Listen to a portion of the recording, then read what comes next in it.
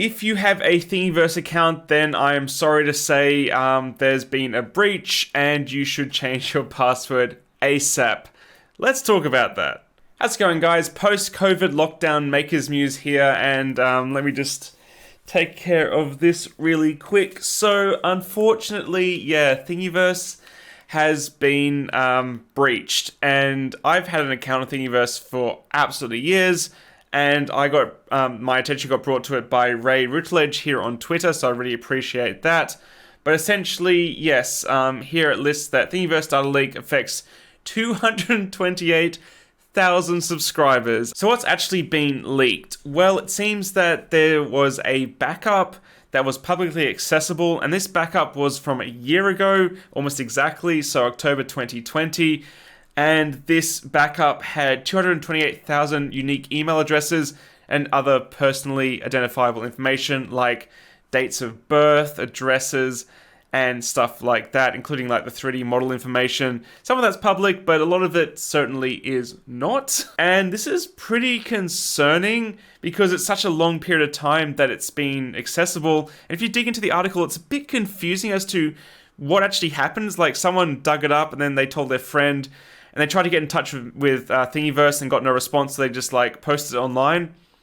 So I don't know exactly how true that is, but I'm not surprised that Thingiverse did not respond because basically, backstory, Thingiverse was created by MakerBot way back in the day, and then MakerBot got bought by Stratasys. They tried their hand at the hobbyist 3D printing market, realized that it's much harder than it looks, and essentially gave up, in my opinion. And Thingiverse has been gathering dust since. It hasn't evolved, it hasn't changed with the times.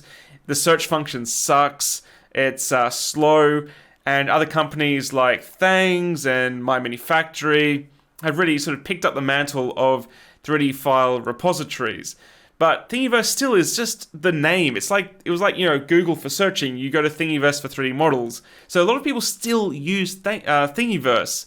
And this basically is like, in my opinion, the last nail in the coffin because they haven't done anything to publicly address it. I've only found out about this because people have tagged me on Twitter. But just jumping back on Twitter, because this is a constantly evolving situation, I completely trust Tom in what he's saying here in terms of your password. Even if it wasn't a plain text, it hasn't been protected enough to warrant leaving it. I would change your password on any service you've used it, with your email address as well. Lucky enough, my email address on Thingiverse is like dead. The website I used back in the day doesn't exist anymore, so I can't even access that email. So they pwned a dead email. Whatever, I don't care too much, but I will still change my password. But also, I really do question why we should still be using Thingiverse when it's just been left to just rot. When other companies, yes, they do have financial incentives, but they've stepped up to the plate to provide a decent STL repository with good service and a evolving ecosystem which actually cares about the community versus, I'll be honest, Thingiverse, which has just been left to die.